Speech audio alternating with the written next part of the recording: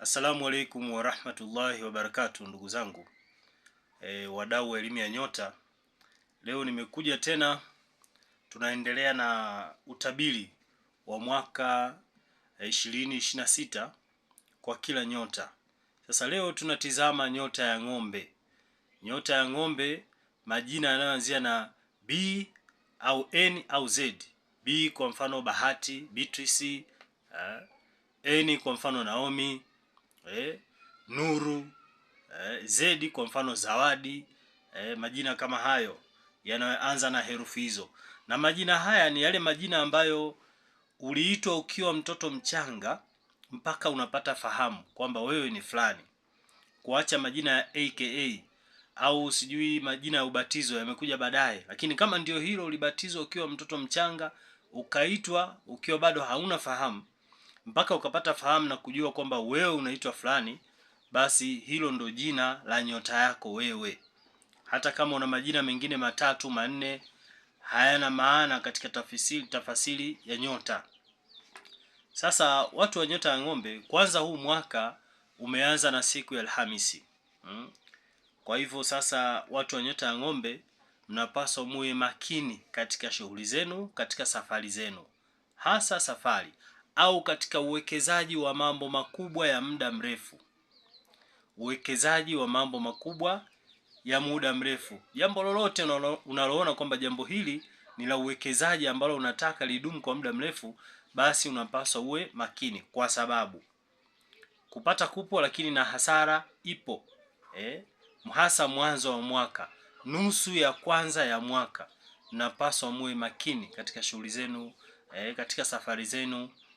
Basi kuna uwezekano wa kupata hasara au kukutana na majanga, kukutana na mitihani, kukutana na majanga, kukutana na hasara, kukutana na kupoteza, kukosa. Lakini ukiwa makini na ukamuomba Mwenyezi Mungu, basi Mwenyezi Mungu atakuepusha na changamoto hizo ambazo zinaweza zikatokea katika nusu ya kwanza ya mwaka huu 2026.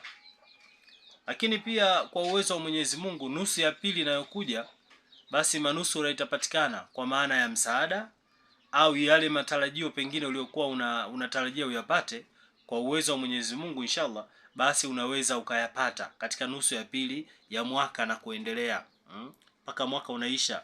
Inaweza katokea pale katikati ya mwaka au pengine mwishoni, baada ya mitihani na tabu kupita, basi kwa uwezo wa Allah manusura inaweza ikaja, ukapata msaada na mambo yako yatakwenda vizuri, na kwa hakika utakuwa ni msaada mzuri na matarajio yako yatatimia. Lakini hii nusu ya kwanza, jambo lako lolote likiwa kama ni biashara, basi liendee kwa umakini. Kuna hatari ya kupoteza, kuna hatari ya kupata hasara. Uwe makini sana, hasa unaposhirikiana na watu wageni ambao huwajui. Amekujia mtu mpya, anataka mshirikiane katika biashara fulani au katika jambo fulani, haujui historia yake, haumfahamu vizuri. Kwa hivyo unapaswa uwe makini. Kuna uwezekano wa kupoteza au kupata hasara. Yawezekana hana nia mbaya moja kwa moja, lakini kulingana na universe ilivyokaa na sayari zilivyokaa na nyota jinsi ilivyo, basi kuna hatari hiyo ya kuweza kupata hasara. Lakini kwa uwezo wa Allah, nusu ya pili, basi manusura itapatikana, matarajio yako yataweza kutimia kwa uwezo wa Allah. Sasa hapa kuna umakini ambao huwa napenda kurudia, kwamba ninaposema kuna mafanikio pengine anaweza akaja, au manusura itakuja, au msaada utakuja. Sasa pia inategemea na wewe mtu wa nyota ya Ng'ombe, au wewe mwenye nyota yako, iwe nyota yoyote. Kuna yale mambo ambayo huwa napenda kuyasisitiza na kuyataja sana, kwamba uzao uliotoka wa nyota yako wewe, uzao wa nyota yako, kwa maana baba na mama. Je, wao waliokuzaa wewe walikuwa nyota zao zikoje? Je, nyota zao zilikuwa zinaangaliana vizuri au zilikuwa zinaangaliana vibaya? Ni kama vile unavyopanda mbegu shambani. Ukipanda mbegu mbaya, basi na mazao yatakuwa mabaya. Ndio maana wakulima huwa wanachagua mbegu. Katika hatua ya kulima, basi hatua moja hapo ni kuchagua mbegu sahihi. Kwa hivyo sasa wakikutana baba na mama, kama nyota haziendani, ziko vibaya, basi kuna hatari ya yale matatizo kuenda mpaka kwa watoto. Wanakutana na mikwamo, wanakutana na mitihani. Unakuta mtu ni nyota nzuri. Kwa mfano hii nyota ya ng'ombe inatoka katika sayari ya Zuhura, sayari ya Venus, sayari iliyojaa uzuri, imejaa pesa, imejaa urembo, imejaa uzuri wa mambo. Lakini unamkuta mtu anahangaika tofauti na ambavyo nyota yake ilivyo. Sasa unakuta uzao aliotoka ni mtihani, kwamba wazazi wake baba na mama nyota zilikuwa haziendani vizuri, kwa ile changamoto imekwenda mpaka kwake. Hilo jambo la kwanza. Jambo la pili, uelekeo kutoka kwenu wewe ulipokulia ama ulipozaliwa, umeelekea wapi? Je, uelekeo huo unaendana na nyota yako? Nyota ya ng'ombe asili yake ni udongo. Asili yake ni udongo. Na udongo uelekeo wake, nyota zote za udongo ni uelekeo wa kaskazini kutoka kwenu. Pointi A inakuwa kwenu, pointi B inakuwa kaskazini. Sasa inaweza ikawa ni kiwilaya, kimkoa, vile utakavyoweza kumove na kwenda. Lakini kama umekosea uelekeo, umekwenda uelekeo ambao ni adui. Kwa mfano uelekeo magharibi ni uelekeo wa nyota za upepo. Kwa hiyo kama umeenda huko, yawezekana ukakutana na changamoto, ukapoteza muda mwingi sana kupambana na changamoto badala ya kusogea mbele. Umekwenda uelekeo wa mashariki, ni uelekeo wa nyota za moto. Wewe nyota yako ni ya udongo, kwa hivyo utapoteza muda mwingi sana kupambana na changamoto. Si kwamba hutofanikiwa, lakini utapoteza muda mwingi sana kupambana na changamoto. Sasa hapa pana mawili, inawezekana usifanikiwe kabisa, au yawezekana ukafanikiwa lakini kwa nguvu kubwa sana. Na ndio watu hao wanaosumbua kwa wataalamu mbalimbali. Mtaalamu unakuta hafahamu kwamba uelekeo wako, hafahamu uzao wako, kwa hiyo atakupa dawa, atakuchanja, atafanyeje, lakini bado unaona ni bado mafanikio hayapatikani. Kwa hivyo kuna uzao wa wazazi wako hao waliokuzaa, nyota zao ziko vipi, kuna uelekeo, kuna mahusiano kwa maana ya mke wako au mpenzi wako au mume wako uliye naye. Je, mnaendana kinyota? Kama mwendani, hiyo nayo ni changamoto. Lakini kuna aina ya kazi. Je, aina ya kazi unayofanya, je, mnaendana kinyota? Hiyo kazi na nyota yako vinaendana? Kwa hiyo kama haviendani, basi hiyo inakuwa ni changamoto. Kwa hivyo zinapokuja zile zawadi za sayari yako au za nyota yako, ni ngumu kuzipata kwa sababu upo katika mazingira ambayo tayari yana changamoto. Kwa hivyo huwezi kuona mafanikio hayo ambayo tunayasema. Na hili limekuwa likitokea, watu wengine wameoana mke na mume, nyota zinaendana vizuri tena sana, lakini wana changamoto, wana migogoro, mafanikio hamna. Sasa ukienda kwa mtaalamu wa kawaida, atachukua majina yako tu, atachukua si tarehe ya kuzaliwa, kuangalia chati, lakini kuna kitu cha kuangalia kutoka kwa wazazi wako. Kuna namna ya kuangalia kutoka kwa wazazi wako. Je, hizi nyota miangaliano ilikuwa mizuri? Na watu wengi hapo ndipo walipoangukia. Watu wengi, kama unajijua kabisa wewe ushaoga dawa nyingi, umeshaenda sana kwa waganga, umeshachanjwa sana, usijui umeshaombewa sana, tizama na miangaliano ya wazazi wako wawili iko vipi, kwa sababu ile haiondolewi kwa chale, haiondolewi kwa dawa za kawaida. Kuna dawa maalum ambayo dawa hiyo ni kama mafuta utatumia kujipaka, lakini sehemu muhimu zaidi kujipaka ni kwenye kitovu, kwa sababu pale ndipo ambapo tunapata asili yako ya wazazi wako wawili. Pale kwa sababu ndio ulikuwa unategemea kupata chakula kwa mama. Lakini wengine hivyo wataalamu wanakuambia hiyo utumbo wako uliokuwa kwenye kitovu umeungana kwa mama kwa asilimia fulani, una DNA za baba.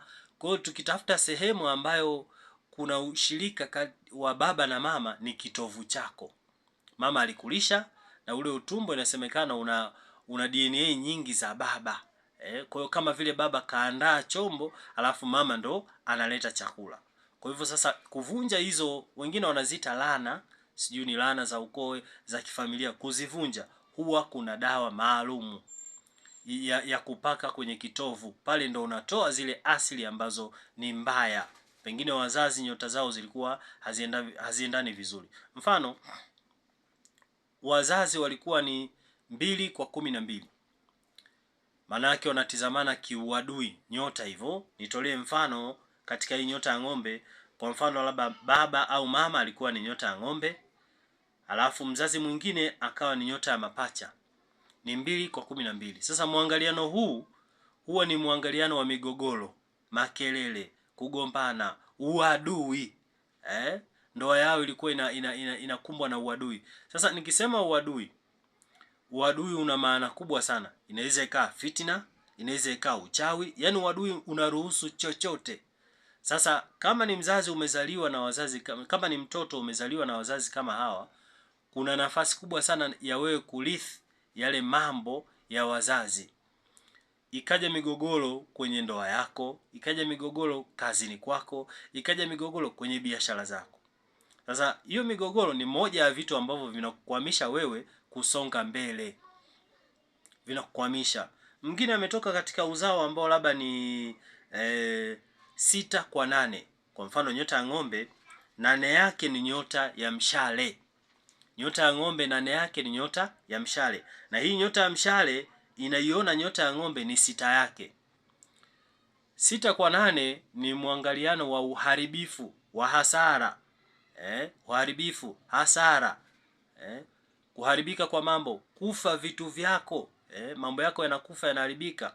Sasa kama ni mtoto ametoka katika uzao huu, baba au mama alikuwa ni ng'ombe, baba au mama alikuwa ni mapacha. Sasa inawezekana mtoto huyo mambo yake mengi yanakufa. Biashara zake zinakufa, anaolewa ndoa siku 2 3 inakufa, kila jambo analoanzisha linakufa. Sasa haya huwezi kuyatoa kwa dawa za kawaida. Yaani hayatoki kwa sababu yametoka moja kwa moja kwa wazazi wako. Sasa iko dawa tunaiuza ofisini kwa ambaye anajiona kesha jaribu, mbinu zote imeshindikana na ameshaona kwamba miangaliano ya wazazi wake haiko sawa, anataka aondoe hicho kitu, basi dawa hiyo ipo ofisini. Karibu sana, tunaweza tukakusaidia. Wasiliana na sisi tuweze kukusaidia. Hivi ndivyo vitu ambavyo vinawasumbua watu wengi. Unakuta nyota yake ni nzuri lakini hawezi kusonga mbele. Nyota yake ni nzuri lakini hawezi kusonga mbele.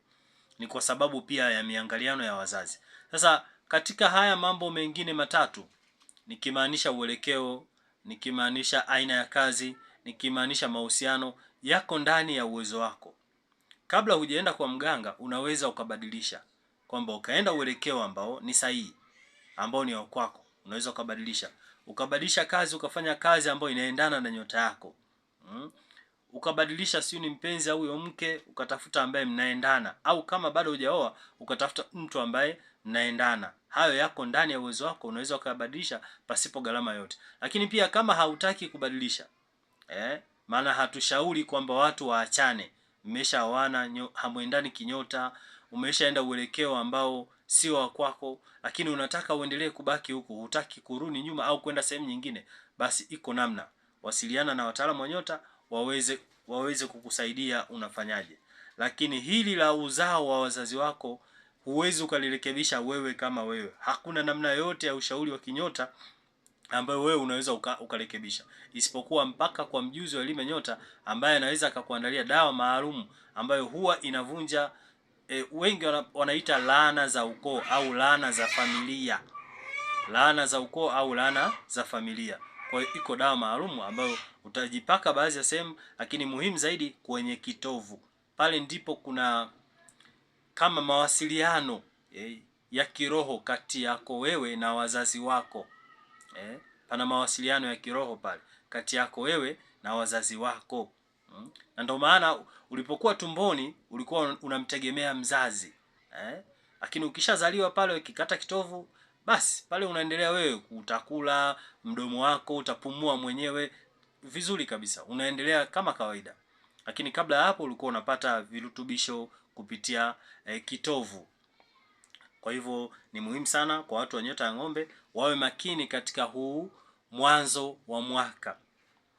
Wawe makini katika shughuli zao, wawe makini katika safari zao, wawe makini na hasara mbalimbali, wawe makini na kupoteza. Wanapotaka kuwekeza katika jambo kubwa la muda mrefu, basi wakae chini, watulie, watafute ushauri sahihi, ama jambo hilo walipeleleze kwa kina.